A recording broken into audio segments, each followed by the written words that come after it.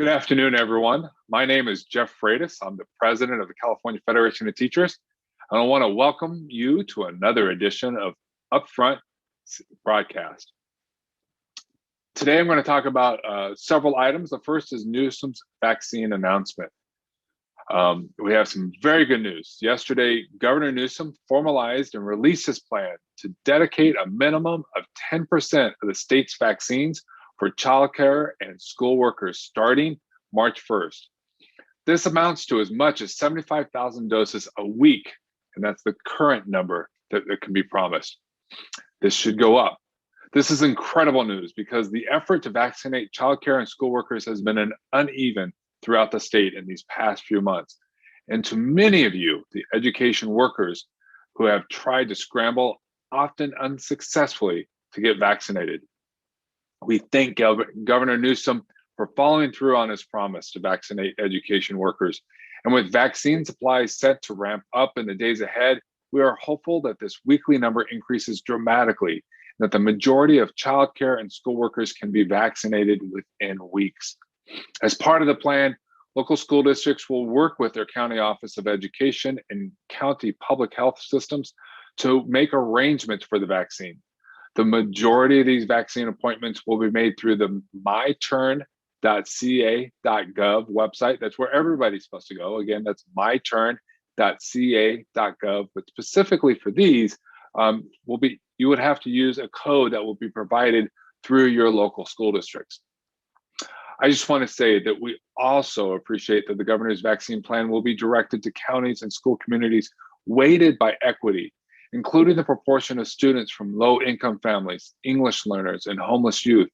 This is so important because these are the students and these are the families that experienced a much greater impact by COVID-19 and are much more likely to be hesitant about returning to school.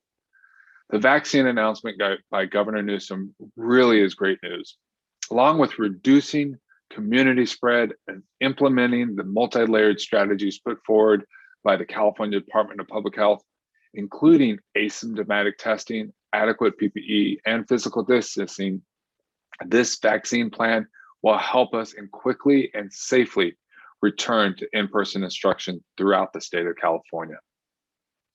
Speaking of vaccines, this week, the Pew Research Center released the results from a nationwide poll they conducted earlier this month on in-person instruction. Of particular note in their poll is that they found that 59% of respondents indicated that we should wait to reopen until all teachers who want the vaccine have received it. They use the word teachers. I know we represent, and educators are much broader than just teachers.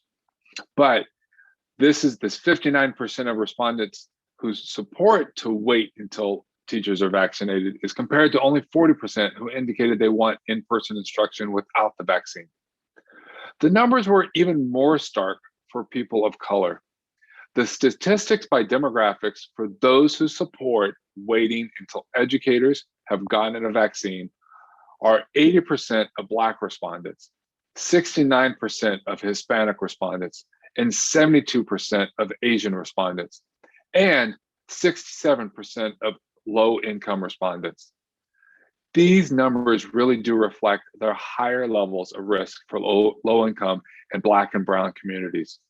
This poll also demonstrates that our members' interest aligns with the majority of community members' beliefs, that vaccines are an essential part of returning to in-person instruction.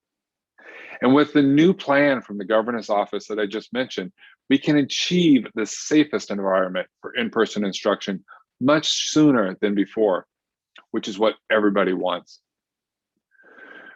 Also this week, the U.S. Department of Education released some very disappointing news requiring states to administer standardized testing this spring during the pandemic. I know we've been talking about COVID testing for months. This is the summative assessments that spends hours of valuable school time to prepare for and take that gives little valuable information back to the schools or educators in the classroom. The decision was made, unfortunately, despite objections from educators and parents across the country, including from AFT.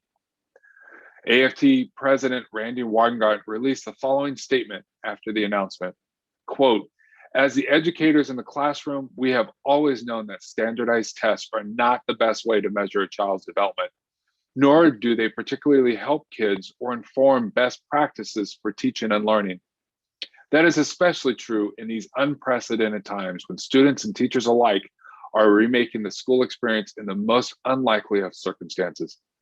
This announcement includes two very important points: that no student should be brought back in person just to take a test, and that states that require additional flexibility in administering such tests will get a fair hearing from the Education Department if and when they present real operational challenges.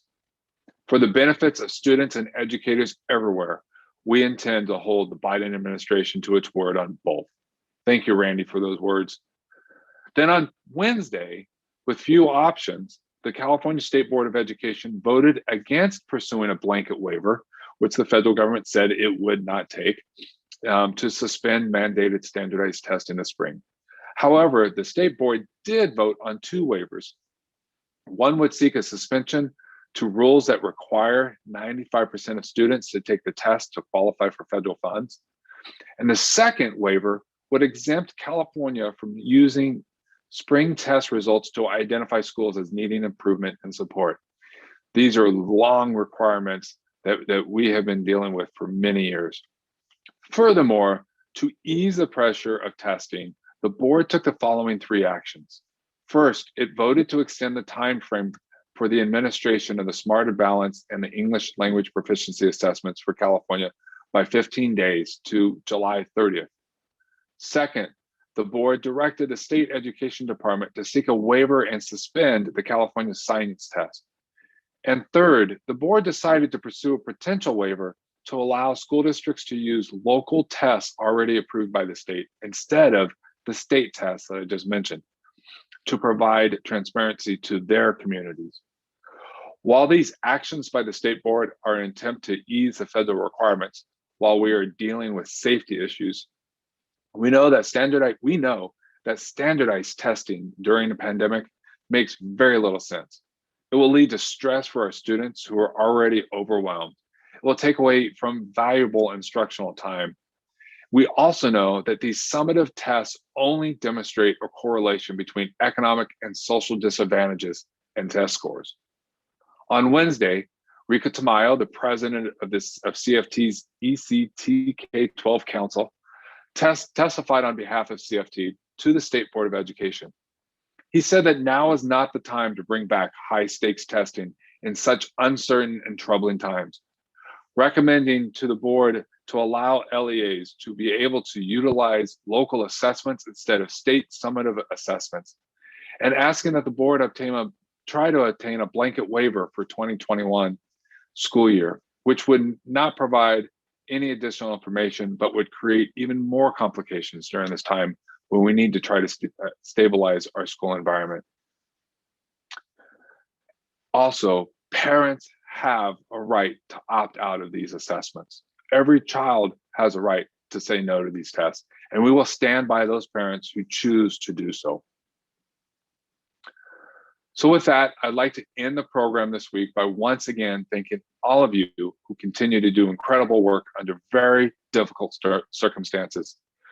The past year has been unlike any other of our lifetime, and so many people have lost loved ones or had their lives turned upside down by the pandemic. And every month that pandemic continues, more and more people are suffering.